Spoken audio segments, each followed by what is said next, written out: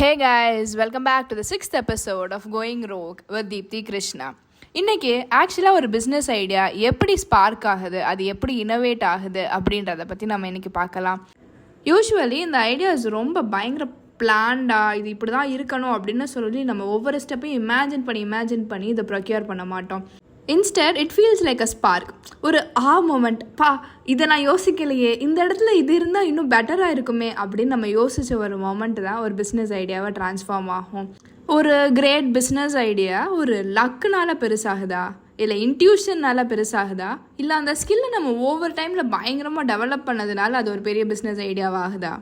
We'll look more into this journey of making an idea into a total business plan.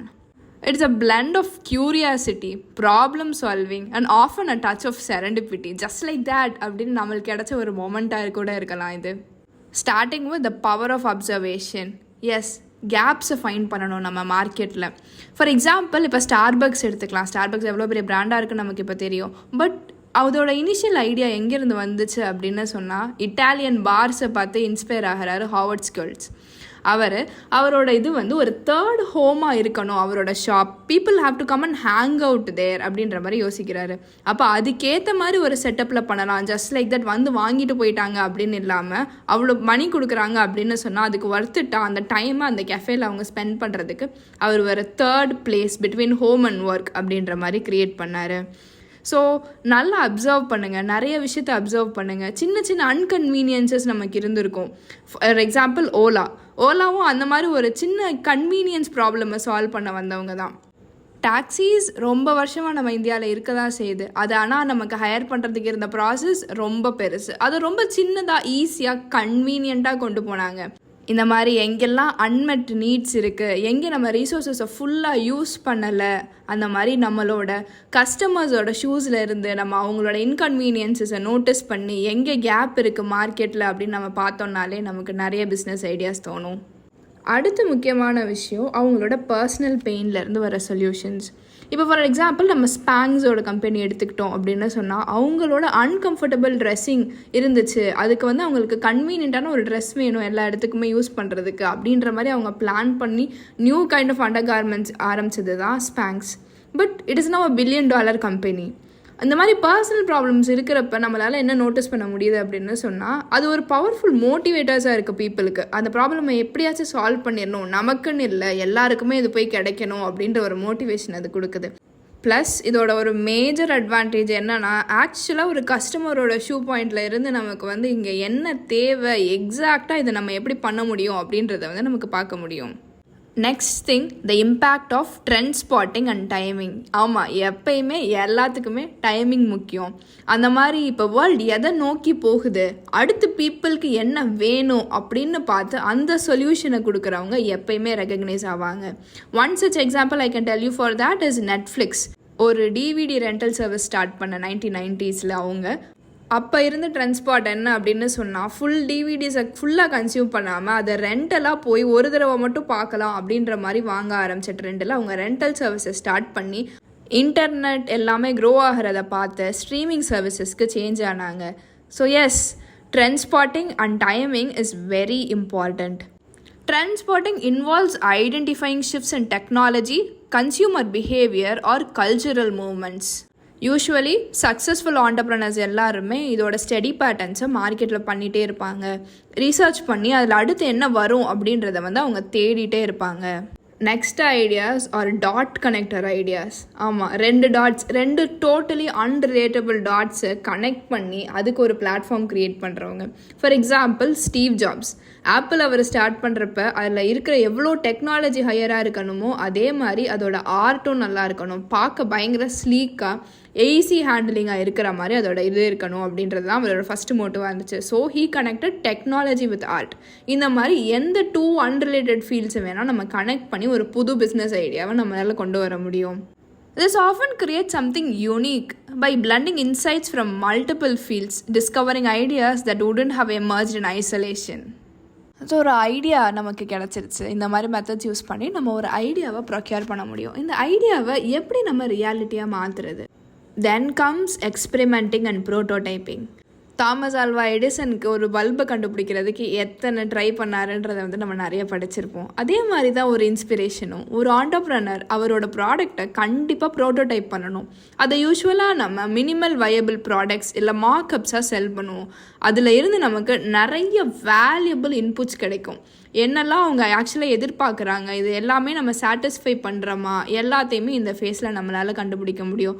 அந்த feedbacks நமக்கு ஆக்சுவலாக நம்ம ப்ராடக்ட்ஸை கொஞ்சம் கொஞ்சமாக அட்ஜஸ்ட்மெண்ட் பண்ணுறதுக்கு ஹெல்ப்ஃபுல்லாக இருக்கும்.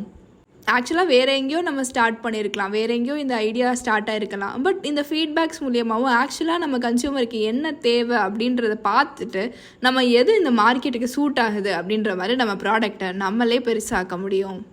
எல்லாமே ஸ்ட்ரைட்டாக விக்ட்ரி தான், எல்லா ஐடியாவும் பெரிய பிஸ்னஸ் பிளான்ஸ் ஆயிருமா அப்படின்னு கேட்டிங்கன்னா இல்லை.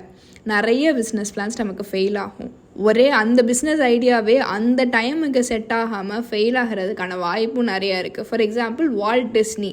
ஈவன் தான் அவர் பயங்கர டிஸ்லெக்ஸிக்கான பர்சனாக இருந்தாலும், அவர் வரைஞ்ச ட்ராயிங்ஸ் எவ்வளோ அழகாக இருக்குன்னு எத்தனை பேர் சொன்னாலும், இதோட கார்ட்டூன் எவ்வளோ நல்லா இருக்குன்னு இன்றைக்கி மிக்கி மவுஸ் அப்படின்னா என் அண்ணன் தெரியாத ஆளே இல்லாத அளவுக்கு இருந்த Walt Disney was bankrupt at one time.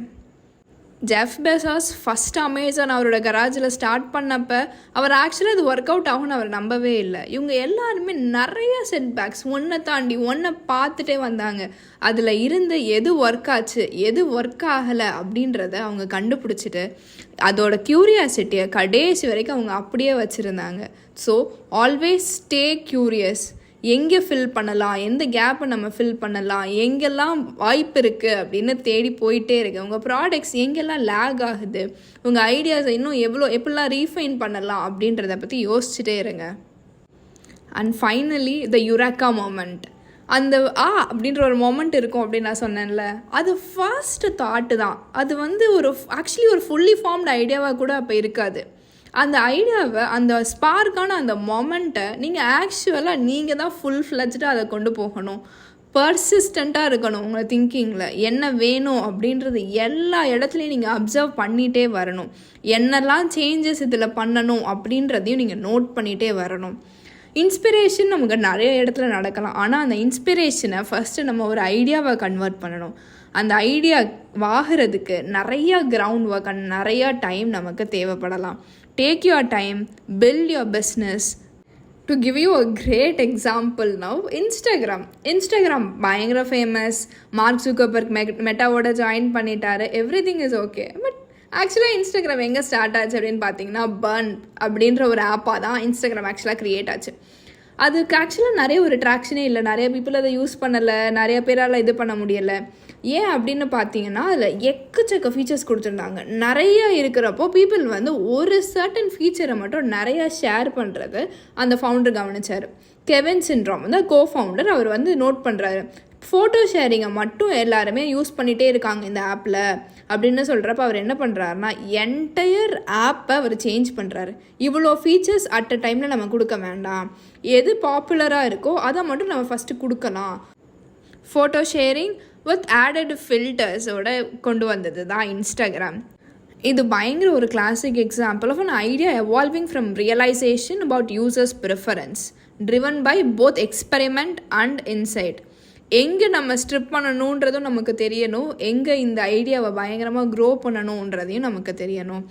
Business idea அப்படின்னு சொன்னோன்னா இது ஒரு ஃப்ளாஷ் ஆஃப் ஜீனியஸ் அப்படின்னு நமக்கு தோணும்.